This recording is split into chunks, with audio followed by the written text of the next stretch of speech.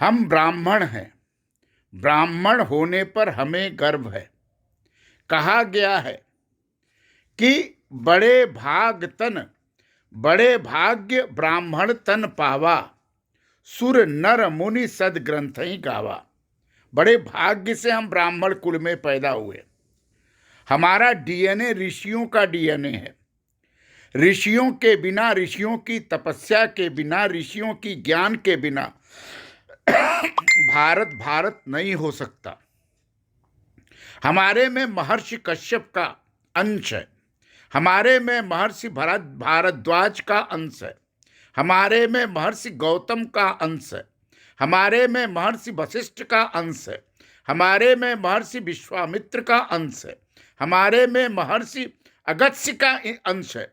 हमारे में महर्षि भृगु का अंश है। हमारे में महर्षि अंगिरा का अंश है।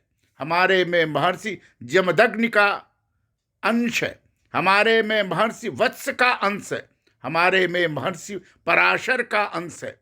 हमारे में महर्षि गर्ग का अंश है। हमारे में महर्षि सावर्णी का अंश है। हमारे में महर्षि अत्रि का अंश है। हमारे में महर्षि उपमन्यु का अंश है। हमारे में महर्षि मारीच, पुलत्स्य, पुलह और क्रतु का अंश है। हमारे में महर्षि कात्यायन का अंश है। हमारे में महर्षि शौनक का अंश है। हमारे में महर्षि च्यवन का अंश है। हमारे में महर्षि शांडिल्य का अंश है।